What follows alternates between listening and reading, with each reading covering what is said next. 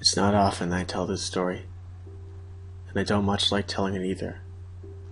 But it seems to get a little easier every time that I do.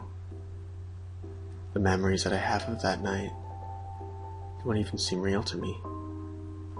To this day, I can't wrap my head around how such a thing could have happened to me. I never saw it coming. I mean, how could I be in one place then suddenly be in another? It happened faster than a lightning strike, and it happened faster than a finger snap. The best I can compare it to? A night void of dreams. It was the kind of slumber where a person stares out of a window at an evening purple sky, blinks, and then finds the window sharply illuminated by the morning sun.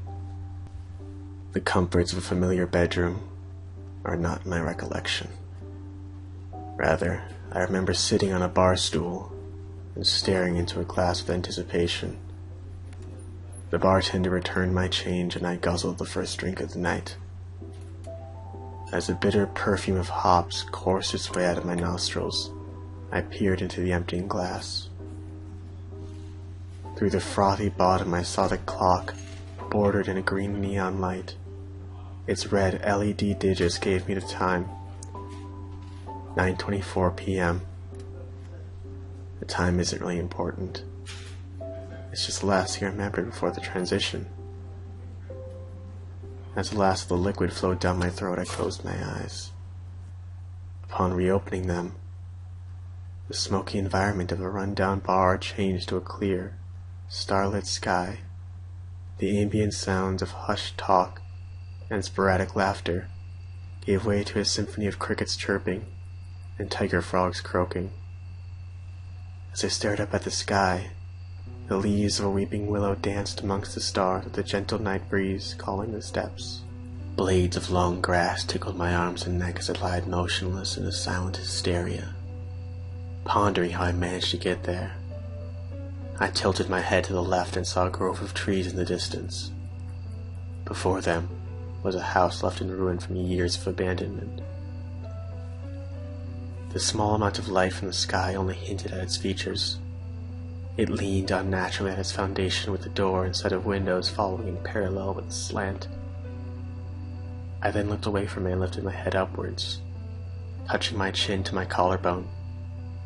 Past my feet there stood a pond in the distance. The moon's light reflected off it like a mirror in the stillness of the water. Another weeping willow was set at the shoreline with a dim, amber and scintillating glow of light at its base. In many respects, the way the waxy leaves hung over the light reminded me of a lampshade. I stood up immediately and a sharp pain throbbed in my right ankle. How I became injured is still a mystery to me as it is to anyone else. Yet still, I limped forward to the light. I had become aware that the place I awoke from was on a hill, and my destination was a sharp descent down an embankment. But I clenched my teeth and moved despite the pain. Eventually, I made it to the embankment and found the source of the light. A simple lantern was affixed to one of the sagging branches of the willow and bobbed up and down in the breeze. I dropped to the ground in a sitting position, with my injured limb outstretched in the air. With slow, cautious motions, I shuffled myself down the steep slope and again rested at the base of the tree. I was still utterly confused with the situation, yet there was a glimmer of truth that beckoned in the distance. This truth was a flashing red light in the sky. I recognized it as the water tower from my hometown. I thought a great deal about it. If only I followed it, I would have found my way back home, but it only appeared as a dim sequence of flashing lights that indicated it to be miles away. At the same rate, I would eventually come across a road, and maybe I could hitchhike my way back. But it only appeared as a dim sequence of flashes that indicated it to be miles away. At the same rate, I would eventually come across a road, and maybe I could hitchhike my way back. My thoughts hatched together a plan to tough out the pain and get back to civilization. But first I had to address a need. The gratuitous amount of alcohol I assumed I drank earlier left me with a parched throat. I then gazed at the body of water that welcomed me so invitingly, at least in my mind. I proceeded to crawl on my knees to the pond.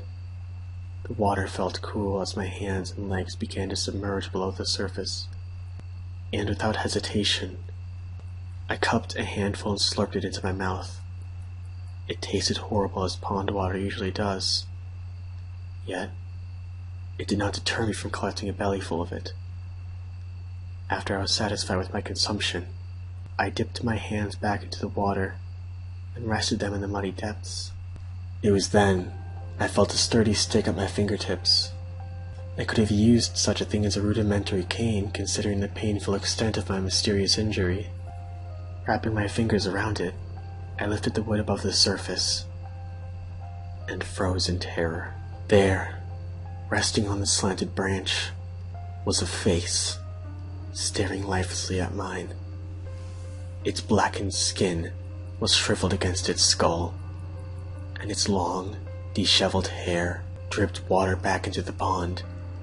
Its mouth was agape, with a patch of algae hanging from the darkened hole, flanked with a set of brown teeth. Its chest arched upwards with the pressure of the tree limb compressing against its back. Straightened rib bones jutted out through the front of the skin, and a sickening sound filled the air as the leathery mass began to stretch under its own weight, like rope under tension. I slowly lowered the stick back into the water, with liquid refilling the wide and empty eye sockets of the corpse. The thought of the small decayed particles of flesh floating in the water may have unnerved me, but the reality of some of that water being in my stomach absolutely disgusted me. I backpedaled out of the pond and vomited shortly after. With shock, I shivered, with my back resting against the willow. I'm not sure how long I stared out into the water thinking. Maybe it was a minute. Maybe it was an hour.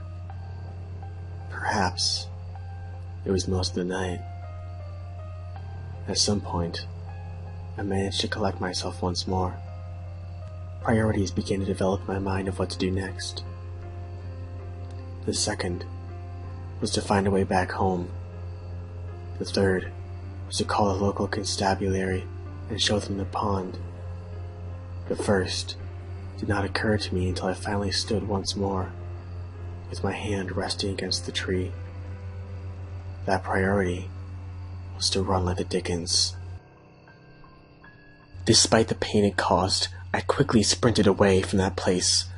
Every sound of the night was amplified as blood rushed to my eardrums. A rabbit retreating into the bushes, or a twig snapping below my feet, made me shriek in terror as I panted, sweated, and cried. I'm not even sure how long or how far I ran, but I know I legged it through a line of trees, 2 fields of corn, and a quarter section of wheat. Eventually, I emerged from one of the fields and found a lonely stretch of blacktop. There, I rested alongside the road and wept uncontrollably in the fetal position. My lungs were on fire, my legs ached, and my ankle felt as if it had been put through a wood chipper. My salvation came as a pair of headlights in the distance. I may not have been able to get to my feet once more, but I waved my arms around in the air like a maniac until they drew close and stopped by me. One of my neighbors just so happened to be passing by, and gladly gave me a ride back to town. He asked a lot of questions, most of which I couldn't answer, and a great many I still cannot. I had no idea how my ankle was sprained. I had no recollection as to how I got there. I couldn't even fathom how the police eventually found 12 dead bodies in that forsaken swamp. I don't even know how I could be alive. Maybe I'm just lucky. There is still one detail that haunts me to this day. It's not the bodies, or the fact that I woke in the middle of nowhere. It's that hanging lantern. I know it's all painfully obvious in hindsight, But this thing, so simple and innocent, held a much more sinister meaning with its presence.